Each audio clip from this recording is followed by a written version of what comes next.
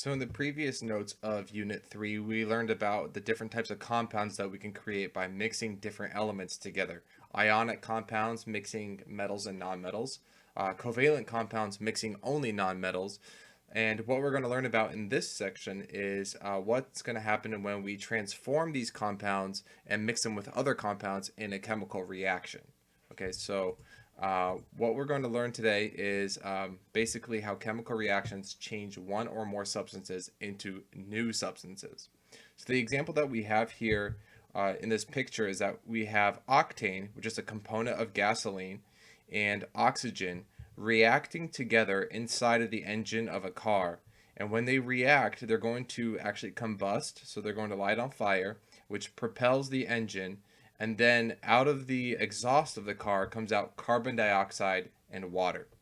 All right. The thing I want you to make a note of here, though, is the number of each atom. So if we can kind of predict here that, or kind of deduce that the oxygen atoms here are the red ones, on the left side of the equation, before it goes into the engine, I'm counting 2 oxygens, but on the right side, I'm counting 3. If we were to count all the carbons, we have 1, 2, 3, 4, 5, 6, 7, 8 carbons, which are these black spheres. And over here, I'm only counting 1. And over here, for the hydrogens, I'm counting 1, 2, 3, 4. There's a fifth one hiding behind there, 5, 6, 7, 8, 9. I'm not sure how many there are, but there's definitely more than 2, right? So something doesn't quite add up here in terms of what's going on in terms of the number of each atom. All right, so just reviewing this reaction one more time, we have octane, and we also have oxygen gas, and then we have carbon dioxide, and we have water. Okay, so on the left side, this is what is going in. On the right side, this is what's coming out. So the stuff on the left is called the reactants. The stuff on the right is called the products. And if we write it using only the chemical formulas, this is octane, which is C8H18. So there's 18 total hydrogens here. And then plus an oxygen gas, which is a diatomic element, so it shows up as O2. It goes through the Otto engine, comes out the exhaust system as carbon dioxide and water, CO2 and H2O. Obviously, the numbers don't add up like I mentioned before. So once more, I just want to label this side as the reactants and this side as the product. So I did mention that just a couple seconds ago. So that's going to apply to every single chemical equation. Anything before the arrow is going to be called the reactants. Anything after the arrow is called the products. So remember that. Reactants on the left before the arrow, products on the right after the arrow. All right, so if I take a look at this equation, I want to make a note of something called the law of conservation of mass. And the law of conservation of mass basically tells us that matter is not created or destroyed in any reaction, and the amount of matter always stays the same. So what I'm basically telling you here is that even though we had 8 carbons here and we only ended up with 1 on this side, the other 7 carbons didn't just delete. They didn't just disappear and go into nowhere. Likewise, we didn't just come up with an extra oxygen out of nowhere, right? We had 2 on this side and 3 on this side. So the law of conservation of mass says basically whatever you start with, you could rearrange it all you want, but you have to end up on the other side with the exact same number of each element. If you had 8 carbons on this side, you have to have 8 carbons on this side. If you had 2 oxygens on this side, you have to have 2 oxygens on this side. So whatever those numbers are, they have to be the same on both sides of the equation. You have to have the same number of each element on the reactant side as you do on the product side. Notice I have 8 carbons here, but I only have 1. So what I can do is, let's say I put a 2 in front of here. So what that does is it tells me I have 2 of this entire molecule. Okay, so if I put a 2 in front here, I have 2 of this entire molecule. So I have, instead of 8 carbons, I have a total of 16 carbons. And instead of 18 hydrogens, I'm actually going to have a whopping 36 hydrogens on this side of the equation. Well, anyways, if I have 16 carbons here, I can actually put the number 16 right there to equal out the number of carbons. All right, since I had H18 and it was times 2, I can do 18 times 2 again for the hydrogen. So 18 water molecules, if I were to multiply this out, that would give me 36 hydrogens on this side. And then finally for the oxygens, if I have 18 oxygens here and then 16 times 2, that's going to be 32. So 18 plus 32, that's going to be 50. I have a total of 50 oxygens in the products. If I do 25 O2 molecules, that's also going to be 50. So what we've actually done is taken a pretty complex reaction and we did a balancing of an equation. Okay, so we balanced this whole equation out so that the number of each atom on the left is going to equal the number of each atom on the right. So balancing chemical equations, let's start off with an easier example, which is the formation of water. That octane and oxygen to CO2 and water example is a little bit too much to start with. So let's start with the formation of water, which is pretty easy. We have H2 plus O2 gives me H2O. Okay, so if we have hydrogen gas and oxygen gas, we end up with water. Well, this is true. This is a real reaction. We could take both of these, and if we were to combust them together, we were to light it on fire, we would end up with only water vapor. If we balance this equation, in the reactant side, we do have 2 hydrogens, and we have 2 hydrogens here. But for the oxygens, I have 2 oxygens here and only 1 on this side. So again, that other oxygen, it didn't just delete, it didn't just disappear. We have to actually balance this equation so that it makes sense. The way the reaction currently looks is something like this. This is H2, where we have the 2 hydrogens. This is O2, so we have the 2 oxygens. This is on the reactant side. And they form H2O, which looks like this. This is a water molecule. Obviously, if we were to measure out this equation, the scale is tipping to the left because there are more atoms here. There are 4 total atoms instead of the 3, 2 oxygens instead of the 1. So this is not balanced. All right, so what can we do to possibly balance this equation out?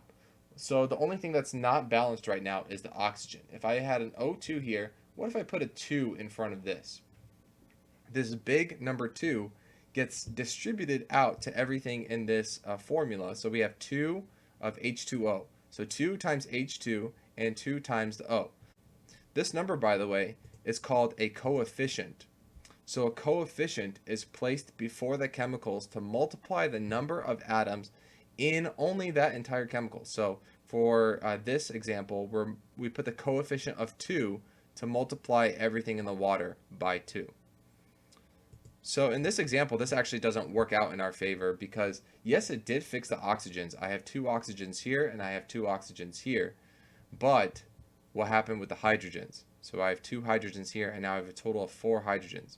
Recall that going back, I have 2 water molecules, so that's what that looks like now. 1 water molecule here, 1 water molecule here, a total of 1, 2, 3, 4 hydrogens, and a total of 2 oxygens. So just to recap, coefficients multiply everything out in a given chemical formula. So the H2 got multiplied by 2, and the O got multiplied by 2. All right, so that fixed my oxygen problem, but not my hydrogen problem. So this is not balanced. I'm going to leave that 2 in there because it solved my oxygen problem. But what could I possibly do to fix my hydrogen problem that I have now? Well, let's put the coefficient of 2 in front of here. The oxygen is balanced because I have 2 oxygens. And over here, I have 2 times the H2, so that's going to be 4 hydrogens. And 2 times the H2, that's 4 hydrogens as well. So now are we balanced?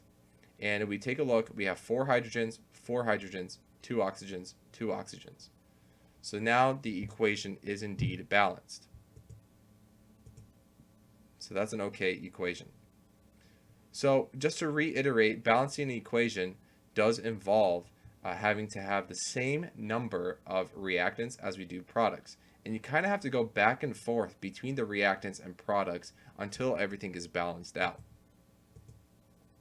So we started with H2 plus O2, and that gives us H2O. Okay, we balanced it out so that it looks like this. 2H2 plus O2 gave us 2H2O. But what about this? Couldn't we just have done this? H2 plus O2 gives us H2O2. Well, technically, H2O2 is a real thing. It's hydrogen peroxide, but this reaction doesn't happen a lot. This is a very difficult reaction to make happen. What would typically happen is if we have H2 plus O2, we would make water instead. So hydrogen peroxide is not our desired effect. This creates a completely different compound, so this is technically incorrect. All right, so let's take a look at another example. We have hydrogen, H2, plus nitrogen, N2. Both of these are diatomic. So we have two hydrogens and two nitrogens on the reactants. And if we react them together, we end up with NH3, which, if you remember, is ammonia. All right, so let's take a look at that example really quick. We have H2 plus N2 gives us NH3. Right now, we have two of each, two hydrogens, two nitrogens.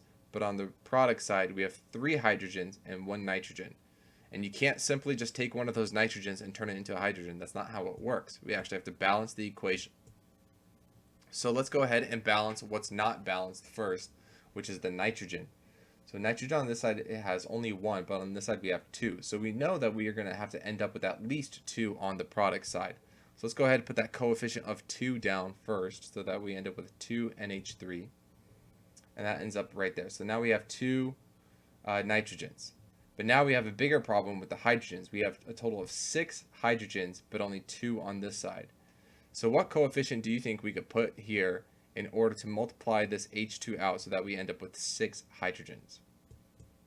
All right, so this is not balanced. What if we put the coefficient of 3 in there? If you said 3 for this, you would be correct. So if we have 3 diatomic hydrogen molecules, so multiplied the 3 by the 2, we would end up with 6 total hydrogens. The nitrogen, we don't put anything in front because we only need 2, and that ends up giving us 2 nitrogen molecules, so 2 NH3 right here. All right, so that's the balanced version. All right, so let's conclude this with a group discussion question. Balance the following equation. So we have aluminum plus oxygen, O2, gives us Al2O3. So what possible numbers can we put in front of here in order to balance it out? Obviously, the oxygen is not balanced. We could put a 2 here and a 3 here. That means we have one more oxygen here. I've mentioned this before. The only way you can really get 2 and 3 to balance out is if they both get to 6. Okay? That being said, for this O2, if we want 6 oxygens and currently have oxygen that comes in pairs, we could put the number 3 in front here. That will give us 6 oxygen. To get 6 of oxygens here, we need a total of 2. So we need a coefficient of 2 right there, and that will give us 6 oxygens. So oxygen would be balanced out, but the aluminums would not. So over here we would have 4 aluminums because we put a coefficient of 2. So we'd have to put the number 4 in front here. So the correct answer would actually look like this, where we have 4 aluminums, 4 aluminums, because Al2 times 2 gives us 4. 6 oxygens, 3 times 2 gives us 6, and then 6 oxygens, 2 times 3 gives us 6. So this is balanced. Let's take a look at one more example of a group discussion question where we have to balance the following equation. So we have this equation, C2H6 plus O2 gives us CO2 plus H2O. So the reactants are right here, products are right here. Let's see if any of them are balanced.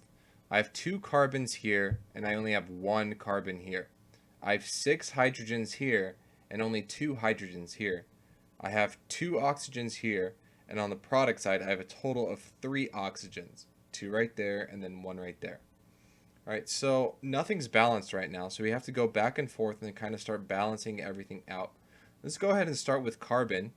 On this side, I have 2 carbons, so to balance this out, you can't put a 2 there because that will give us a completely different molecule that probably doesn't even exist. So what I have to do is put a coefficient of 2 right there, and that will fix our carbons. 2 carbons here, 2 carbons there. All right, so let's move on to hydrogen. I have 6 hydrogens here, and I have 2 hydrogens here. So I have to put a coefficient in here to get 6. So I'm going to put the coefficient of 3. If I multiply the 3 and the 2 out, I get a total of 6. Finally, I have oxygen left.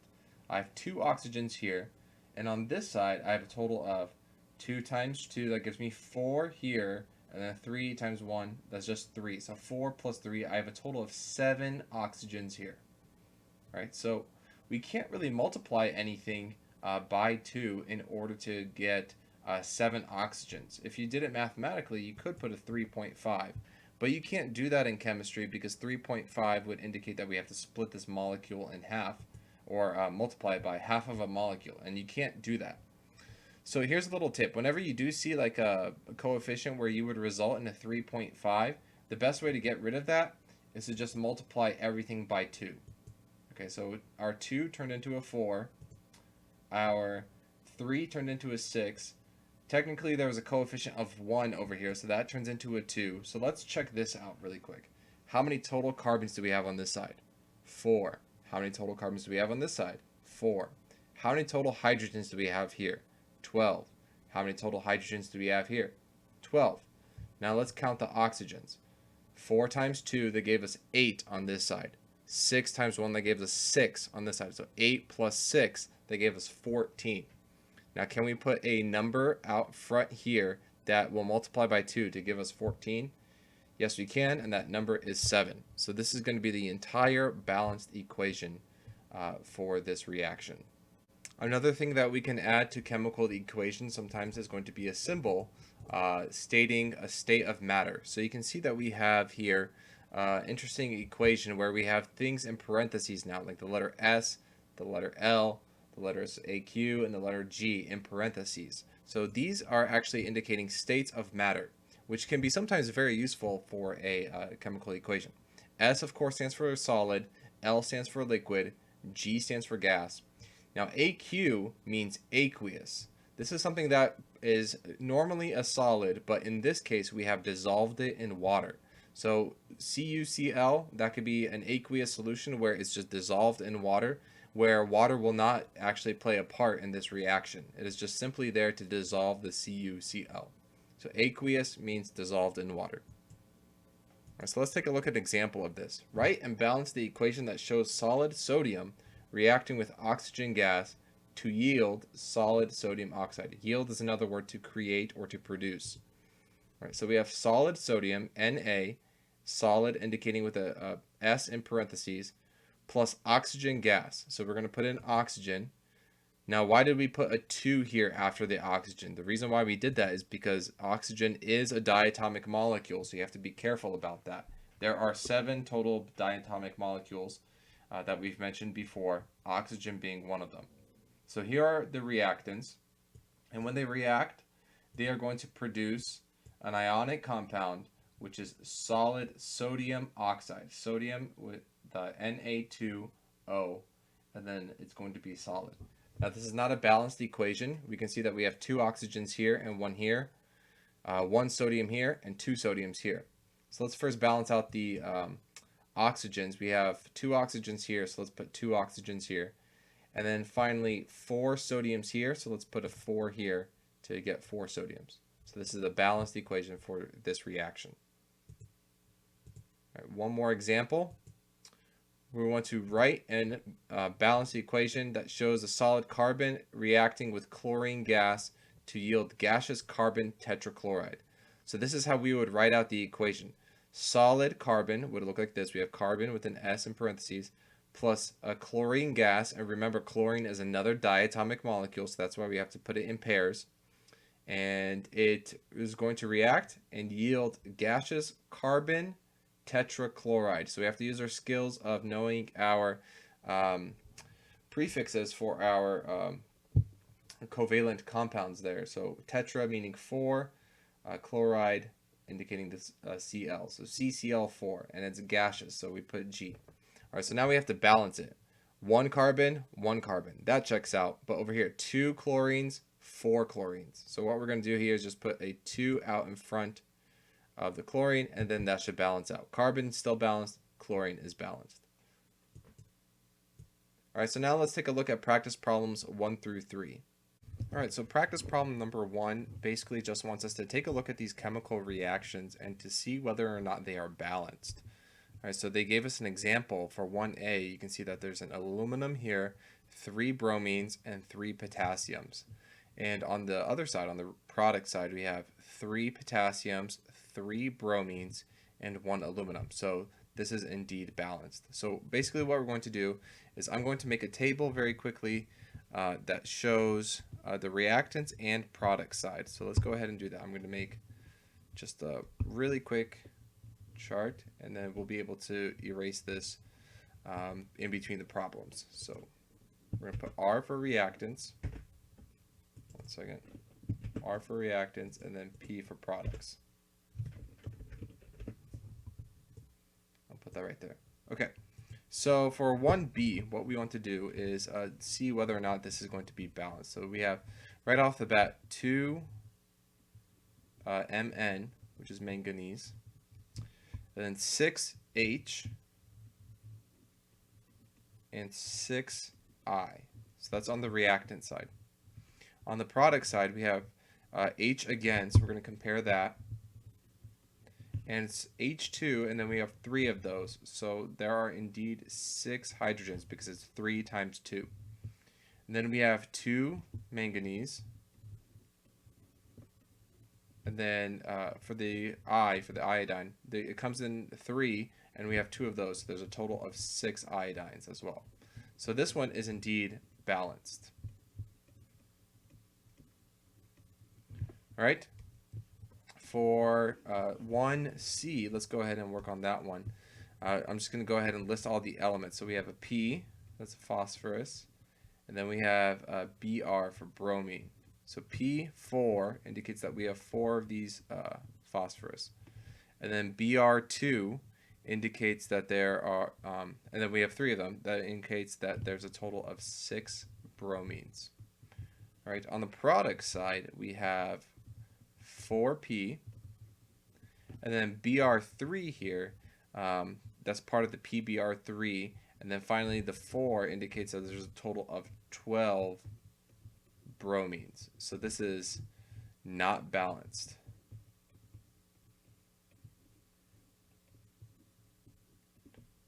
All right, so 1C is not balanced. 1D, so we can separate all of the elements. We have Li, Cl, and then Br. Li, Cl, Br. Okay, so we have to have the same number in the reactants and products. This coefficient goes to both Li and Cl, so we have 2 Li and 2 Cl. And then this bromine is diatomic, so it's going to occur in pairs, so there's also 2 of those. So now we see over here LiBr, and then this coefficient of 2 goes to both Li and Br, so 2 Li, 2 Br, and then Cl2, chlorine is also diatomic, so it's going to occur in pairs. So 2 of everything, so this is indeed balanced. Right? Right, so this next one we have Ag, N, O, and Li. So we have a total of 4 different elements here. We have silver, nitrogen, oxygen, and lithium. So let's go ahead and write them down on both sides. We have silver, nitrogen, oxygen, and lithium. For the silver, there's no coefficient and there's no subscript here, so there's only just 1 silver. For the nitrogen, also the same thing. No coefficient, no subscript, only 1 nitrogen. For the oxygen, there's no coefficient, but there is a subscript of 3, so we're going to put a 3 there. And then for the lithium, we can see that there's no coefficient, no subscript, so we're just going to go with the 1. For the product side, we can see no subscript and no coefficient for the lithium, so we have 1 of those. Same thing with the nitrogen, no coefficient and no subscript, so we have 1 of those. Oxygen has a subscript of 3, and silver, no coefficient, no subscript, so there's only 1. So we just make sure everything's good, it looks balanced, so this one is indeed balanced. All right, and then finally the last one. We have PBr, and then PB, and then Br, and then HCl. So we have lead, PB, bromine, Br, hydrogen, H, and then chlorine, Cl. I'm just going to do this on both sides really quick. So again, no coefficient, no subscript for lead, so we have 1 there. No coefficient, but we do have a subscript for Br, so we have 2 of those. Coefficient only for hydrogen, there's 2 there, and also for chlorine, there's 2. For hydrogen here, there's only 1. Bromine, there's also only 1. For lead, there's 1, and for the chlorine, there's 2. So this is not balanced. All right, so that's practice problem number 1. All right, so for practice problem number 2, we're actually asked to start balancing equations, and there's quite a few of these. There's 2 pages that I have here that we're going to go ahead and try to balance all of these. So the first one that we have is 2a. That one's already given to us. You can see here that it's filled out where it balanced out the HGO with Hg and then a plus O2. And because O is diatomic, we needed 2 of those. And so when we put a 2 here, that also changed the Hg over here. So I've actually written out a couple of tips here on how to solve chemical equations. And this actually helped me when I was in high school doing chemistry and balancing equations. This was the tips that I was given. It really saved me a lot of headache and going back and forth and trying to figure out what was wrong. So the tips that I have is 1, start big to small. What do I mean by that? I mean that you want to try to find the biggest molecule first and work with that one first. And then if you can, so let's take a look, for example, this one. If you can, go ahead and start just balancing out whatever is in this one. So for 2D, obviously the biggest element, or the biggest molecule rather, is this one. It has 3 different elements. So start with that one. That one's a great candidate. Or maybe you can start with this one. This one also has 3. So whatever has the biggest number of elements in it, that's the one you want to work with. Second tip that I have is try to start with metals first. That's probably going to save you a lot of headache if you can. Sometimes you're dealing only with a covalent compound or a covalent reaction where it's only non-metals, so you can't really do that. But if you can start with the metals first, that would be best. So like the same example that I was giving you, 2D, lithium is a metal. Calcium over here is a metal. So those are things that I can go ahead and start with. And then the big thing is that you always want to leave your diatomic or single atoms for the very end. So the diatomic ones that we see are N2, H2, O2. K by itself is going to be a single atom. So those are going to be things you want to save for the very end, because you can just put in whatever number you want there and it'll help just balance everything out. And then the only other tip that I have is always create like a reactants products table. It just makes it really easy to keep organized and make sure that you have everything just kind of balanced out. So we can go ahead and get started by balancing 2B.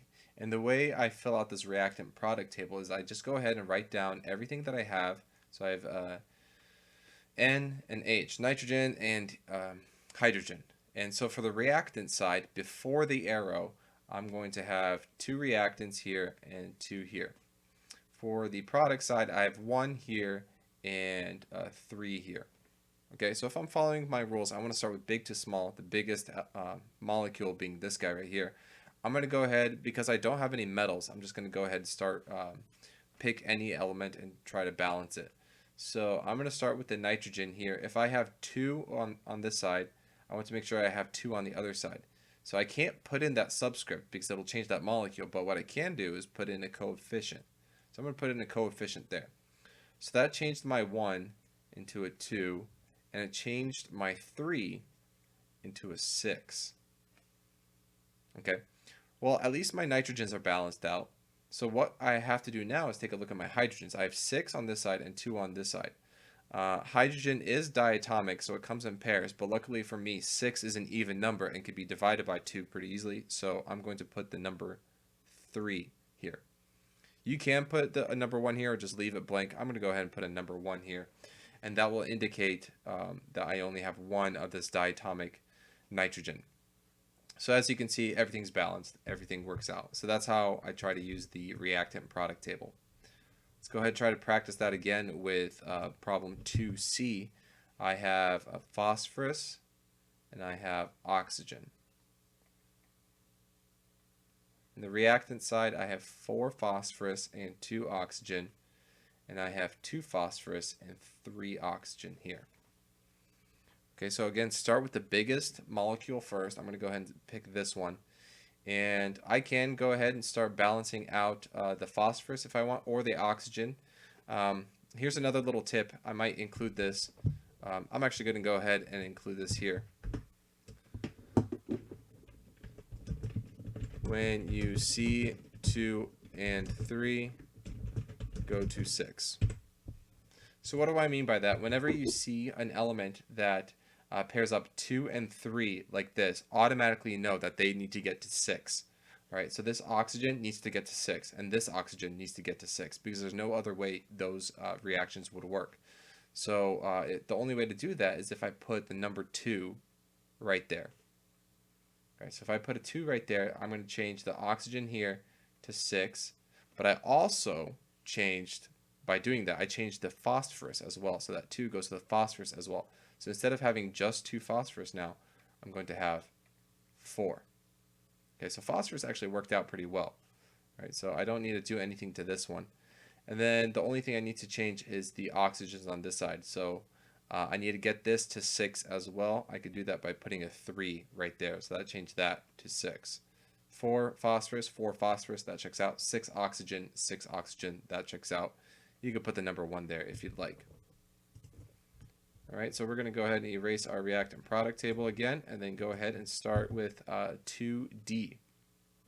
Listing off all of the elements, we've got a few of these now. We have calcium, fluorine, lithium, sulfur, and oxygen. A total of 5 different elements. Calcium, fluorine, lithium, sulfur, and oxygen. So this one's kind of a tough one because we've got a lot of different elements to balance here. But again, just follow the simple rules and it should just work out cleanly. We're going to go with this big guy right here, this lithium 2 sulfate, where we have the sulfur and then the 4 oxygens. So let's go ahead and just actually first count all the elements. We have 2 lithium, 1 sulfur, 4 oxygen, 1 calcium, and 2 fluorines. On this side, we have 1 calcium, 1 sulfur, 4 oxygen, and 1 lithium, and 1 fluorine. So actually what we've noticed here is that the reactants and products are so far pretty good for calcium, sulfur, and oxygen. We don't actually have to do anything to those. The only things we have to change are the fluorine, which don't match, and the lithiums. And luckily for us, on the product side, there's something here that can mitigate that, so we can actually put something here in order to fix these 2 numbers. If we have 1 lithium and 1 fluorine, and we needed 2, and there's no subscripts, the only thing we have to do is put in a coefficient here, and that's a 2. So that changed this lithium to a 2 and changed this fluorine into a 2. So that's actually really easy. That was a good, easy problem for us to do. So we can go ahead and erase all of this now. So let's go ahead and take a look at 2E. We have carbon, we have fluorine, and we have bromine. Carbon, fluorine, bromine. And we have 1 carbon, 4 fluorine, 2 bromine, 1 carbon, 4 bromine, and then 2 fluorine. Okay, again, you would want to start big to small. Carbon's already in check though, and both of these molecules are actually the same size, so it doesn't really matter which one you go for. So let's just go ahead and start with this one. Carbon's good, but bromine is not. So we have Br4 and Br2. Luckily, these 2 molecules, Br, bromine, and fluorine, they're both diatomic, and that'll help us out because if we just put a 2 there, that'll change this to 4. And if we put a 2 here, that'll change this to 4. And it looks like we're good everywhere else. 1 carbon, 1 carbon. 4 fluorines, 4 fluorines, 4 bromines, 4 bromines. So you can fill in your 1s here if you'd like. And then go ahead and set up a new reaction product table for problem 2F. So in problem 2F, we have sodium, Na, fluorine, F, and bromine, Br. Sodium, Na, bromine, and fluorine again. 1 of each here, then bromine was 2. 1 of each here, and fluorine, in this case, fluorine was 2. All right, so it's a very similar situation to what we just had in the previous problem. The only thing different is that instead of carbon, now we have sodium. Okay, so if we have 2 bromines here and 1 here, so 2 in the reactants, 1 in the product, what we need to do is actually change this. We have to put a 2 here. So that changed this to 2. But it also changed my sodium to 2. Okay, I'm not worried yet. Okay, so I know when I change the bromine that the sodium changed, but I'm not worried. And the reason for that, because I still have to balance out my fluorine. So let me do that first. Fluorine is going to go right here, 2, and then 1F here. If I put a 2 right in front here, that changes this to 2, and it changes this to 2. So now sodium is 2, fluorine is 2, bromine is 2. So 2, 1, 2, 1.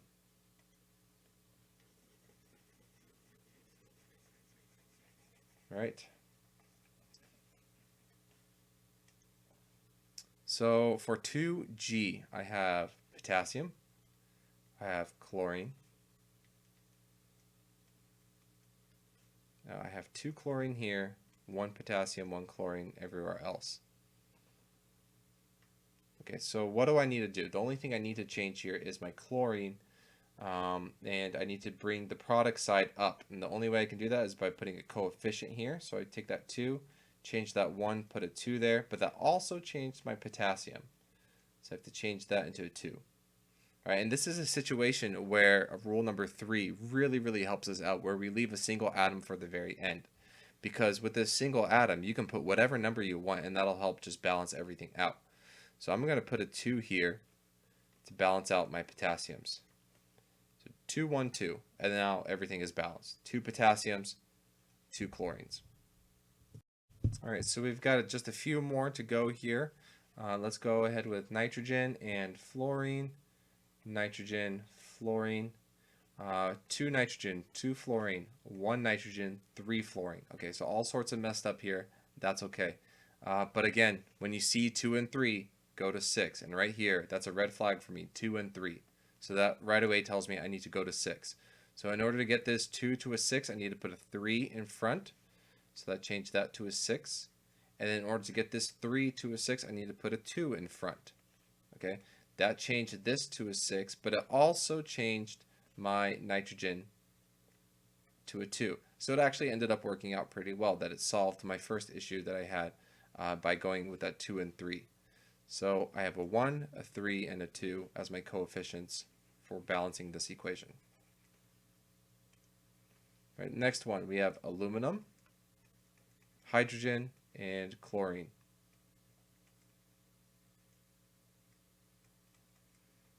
All right, so we have 1 of each on this side. We have 2, 3, and 1. Okay, so that's all sorts of crazy. Again, I don't have anything like a 2 and 3 pair anywhere. So what I'm going to do is start with the biggest one, and one that contains the metal. So that's this guy right here, AlCl3. That's the one I'm going to start with. Okay, so aluminum so far is okay, so I'm not going to move it. But chlorine, it is a little bit messed up, where you see Cl, 1 in the reactants, and Cl is 3 in the products. So what I need to do is I'm going to put a 3 in here.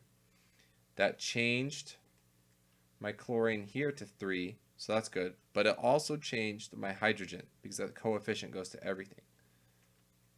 Okay, now this is where I actually am able to see that I have a 2 and a 3 issue. So I have 3 hydrogens and 2 hydrogens here. So what I'm actually going to have to do is change everything. So in order to do that, I need to bring both of these hydrogens back up to a 6. So I'll do this side first because that's easy. I'm going to put a 3 here. That'll change this to a 6.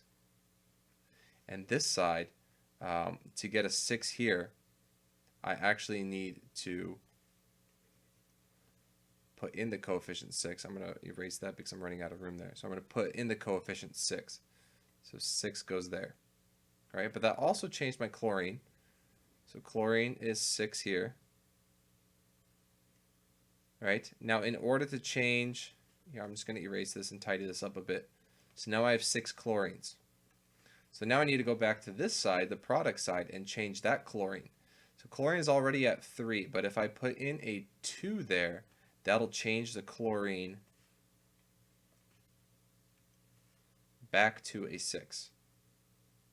So chlorine's good, hydrogen is, but when I put this 2 there, it also changed the aluminum. So aluminum changed from a 1 to a 2, but that's okay because we wanted to leave those single atoms for the very end, so that just kind of wraps everything up when I put a 2 right in front of the aluminum. So I changed that 1 into a 2.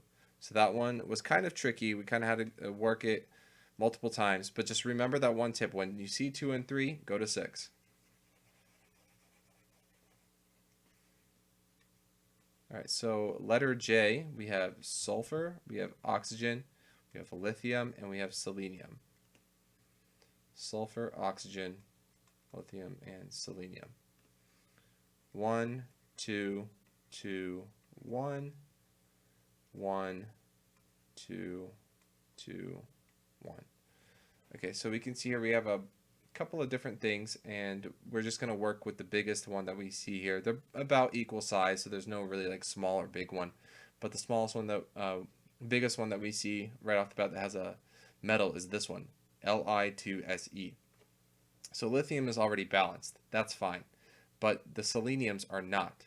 So I have 2 on this side, so I need to put 2 on this side. So I'm going to put the number 2 here. And that changed my selenium to 2, which is good. But it changed my lithium to 4. Okay. So let's go back and change the lithium. So if I have 4 lithium here, I can put the number 2 over here, and I will also have 4 lithium. But that'll also change my oxygen. My oxygen changed to 2 as well. All right, so now we can see here that if we check our reactant product table, 1 sulfur on each side checks out, 2 oxygen on reactants, 2 oxygens on products, that checks out, 4 lithiums on each side, 2 seleniums on each side. So that actually worked out pretty well for us. So that, again, these rules, they will save you a lot of trouble just jumping back and forth. Always go with the biggest molecule, always go with the molecule that has a metal. Leave the single atoms or even the diatomic atoms for the last, and then finally when you see 2 and 3, go to 6. Those are the rules that really help with balancing equations and kind of make everything easier. 2K says C, H, and O. These are going to be pretty straightforward, just 3 nonmetals. We have 1 carbon, 4 hydrogen, 2 oxygen, 2 oxygen, 1, actually hold on, not 2 oxygen, we actually have 3 oxygen. I don't know if you caught that, but we have 2 here plus the 1 on this side. This whole side right here is the product side, so we need to account for these oxygens and these oxygens. So that's actually a total of 3 oxygens, and we're going to have a total of 2 hydrogens and 1 carbon. All right, so this is a little bit of a tricky one. When I told you, when you see 2 and 3, go to 6, this is going to end up being true for oxygen here and here. But the oxygen on both of these sides is going to get kind of split up in between what's over here and what's over here. So it's hard to tell, like, is this going to be 2 and then 4? Or is this going to be 4 and 2? Or is it... basically, those are the only 2 options for us in order to get 6. So we don't know what the combination of the oxygens are for the product side. So hold off on that rule. That's why it's the last rule. But we're still going to work big to small. Let's just go ahead and start with balancing the carbons, for instance. So we have 1 carbon there, 1 carbon there. That's good. Hydrogens, they need to be balanced. 4 here, and then we need to add in a 2 there. So that balanced out the hydrogens. So we don't have 2. We now have 4. And that'll also change our oxygen. So oxygen went from 2 over here and 2 over here. So now we don't have a 2-3 rule anymore. We have 2-4. Okay, so that's where we needed to hold off on that 2 and 3 rule just for a second. And then finally, the only thing that's not balanced right now is the oxygens. And since it's diatomic and we have even numbers only, we could just throw in a number 2 in front. And that changes that 2 into a 4 oxygens. So 1 carbon, 4 hydrogens, 4 oxygens.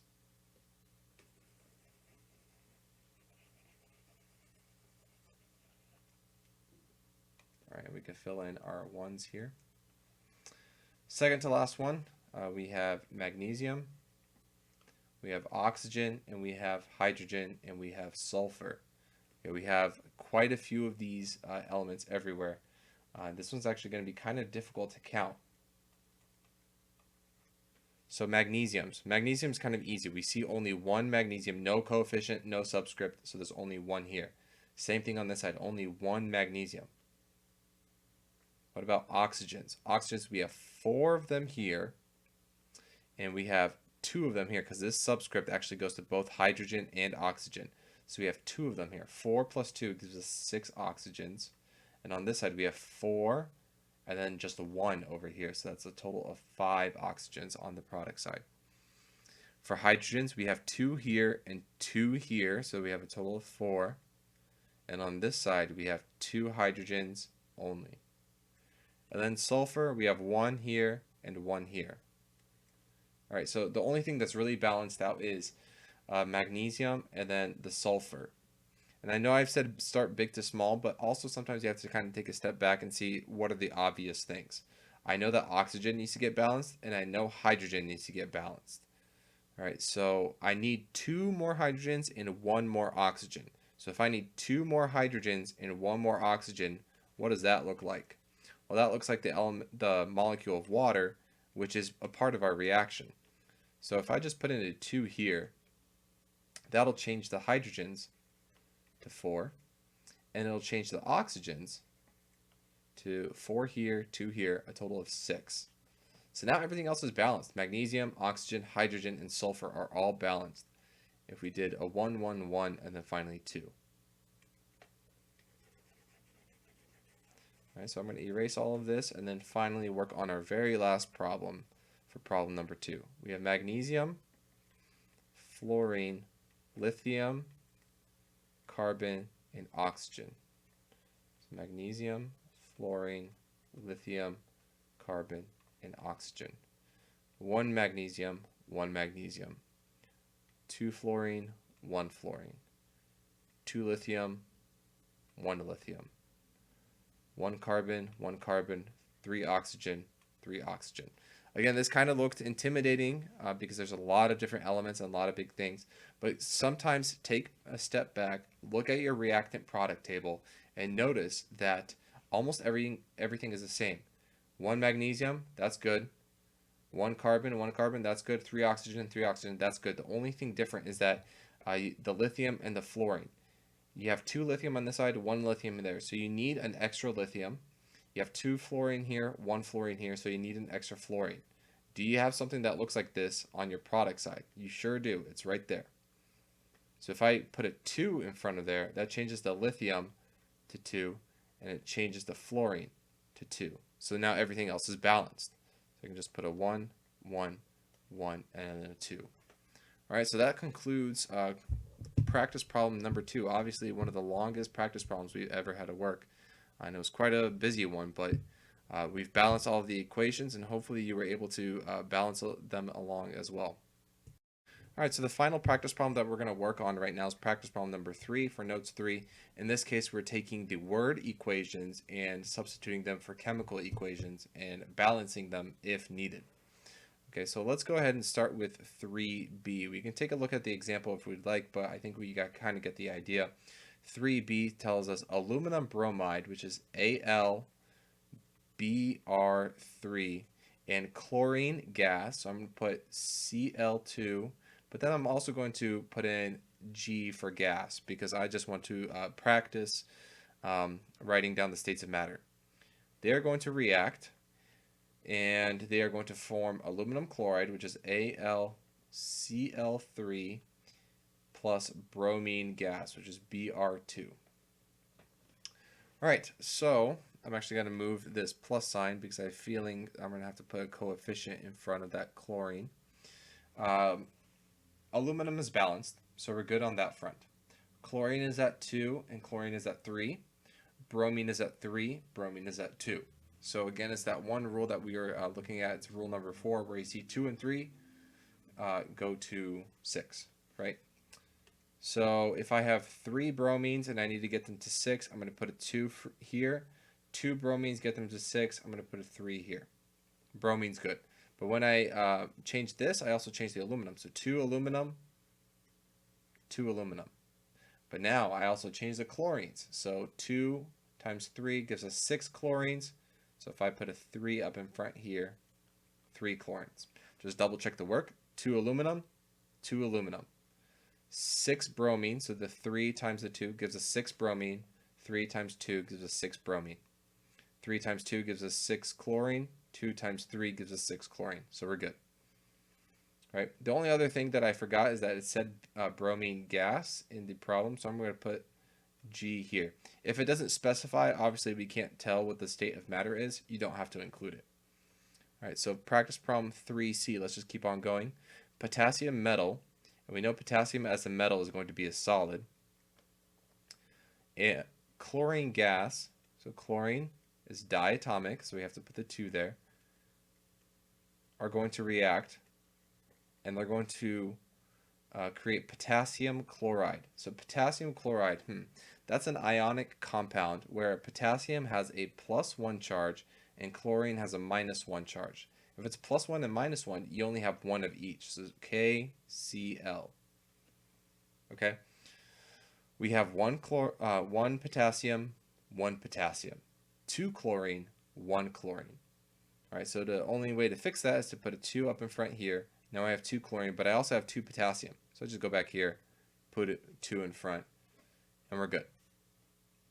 All right, 3D says hydrogen gas. So hydrogen gas is H2 because it's diatomic, and it is a gas. Let me fix that parentheses. It is a gas.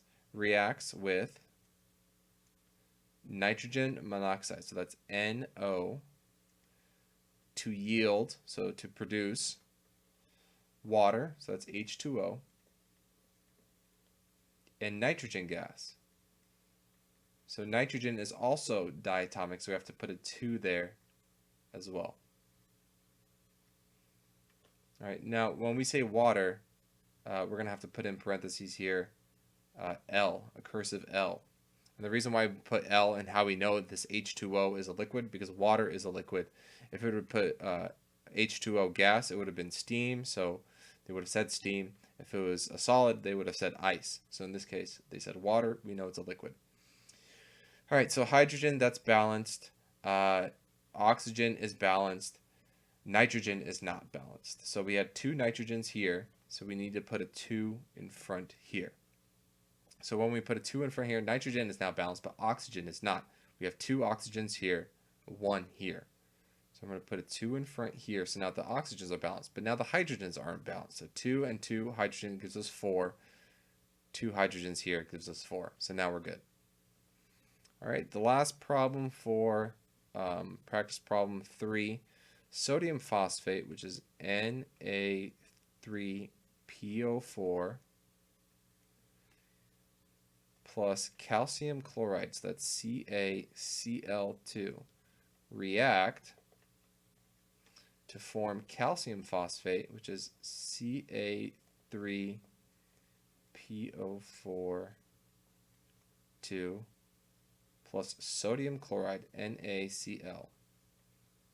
Okay, so there's no states of matter here. We don't need to worry about that, but there's a lot going on here, a lot of different elements.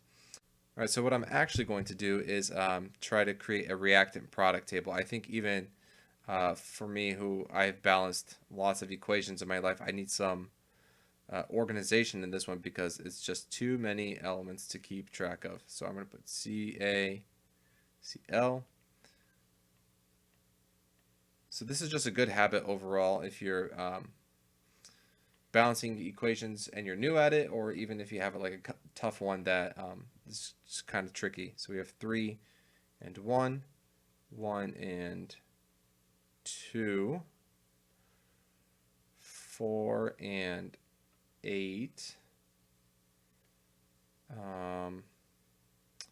1 and 3, and 2 and 1.